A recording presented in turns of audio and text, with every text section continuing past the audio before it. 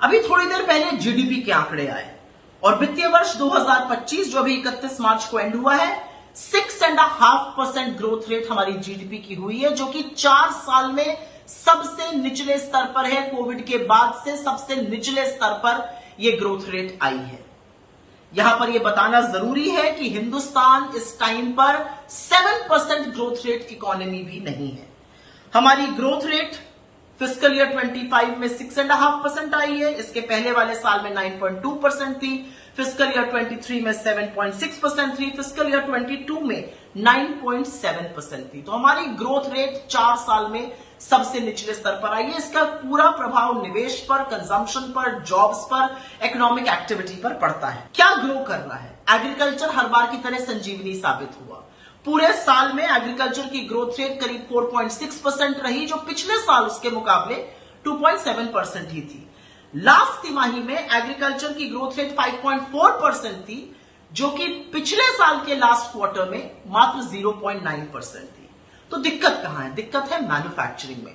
इतना PR stunt, इतनी सारी स्कीम, इतने सारे स्लोगन, और उसके बाद भी हमारी फैक्ट्रीज में उत्पादन नहीं हो रहा है। फिस्कल ईयर 25 में मैन्युफैक्चरिंग की ग्रोथ गिरकर 4.5% पे आ गई, जो कि उसके पिछले साल के मुकाबले 12.3% थी। लास्ट क्वार्टर में मैन्युफैक्चरिंग की ग्रोथ रेट गिरकर 4.8% हो गई, जो कि 24 के लास्ट क्वार्टर में 11.3% थी। लगातार मैन्युफैक्चरिंग गिर रही है, हमारी फैक्ट्रीज में उत्पादन नहीं हो रहा, और इसीलिए इतने सारे लोग बेरोजगार आपको दिखते हैं। आपको एक बात बताई जाएगी कि Q4 में तो हमने क्या स्टनिंग ग्रोथ करी है, 7.4%। इस बात को सुनिएगा और फिर अब आगे की बात समझिएगा। Q4 में 7.4% ग्रोथ रेट थी, Q3 में 6.4 थी, Q2 में 5.4 थी और Q1 में 6.7 थी। तो फर्स्ट हाफ में एवरेज ग्रोथ रेट 6% थी, सेकेंड हाफ में एवरेज ग्रोथ रेट 6.9% है। पहले यह बात समझ लीजिए। अब आगे की बात करते हैं। Q4 पर क्यों नहीं ढोल बाजे नहीं बजने चाहिए? क्योंकि ये मिसलीडिंग है, और ये मिसलीडिंग इसलिए है क्योंकि अगर आप Q4 का जीडीपी देखिएगा तो 7.4% ग्रोथ रेट है, लेकिन अगर Q4 का जीवीए देखिएगा तो वो 6.8% पर ही ग्रो हुआ है। ऐसा क्यों हुआ है? ऐसा इसलिए हुआ है क्योंकि सब्सिडी फोर्थ क्वार्टर में 45% डाउन है और गवर्नमेंट स्पेंडिंग चौगुनी हुई है। तो इकोनॉमिक ग्रोथ नहीं हुई है, सब्सिडी डाउन हुई है, गवर्नमेंट ग्रोथ चौगुनी हुई है, और इसलिए आपको Q4 का जीडीपी बढ़ा हुआ दिख रहा है।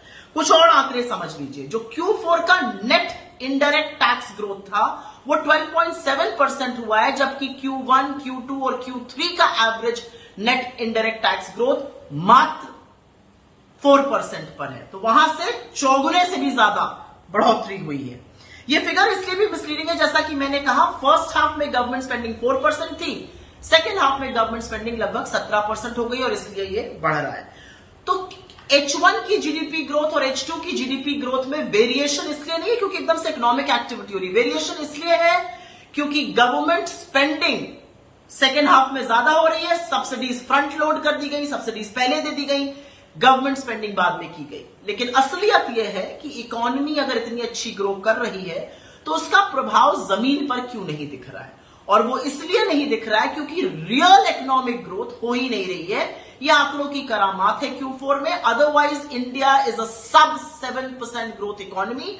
और यहां पर एक बात और कह दूं, विकसित भारत की जो बात की जा रही है, अगर विकसित भारत हमें बनना है तो हमें अगले 22 सालों में लगातार 8.2% की जीडीपी ग्रोथ रेट चाहिए हर साल दर साल।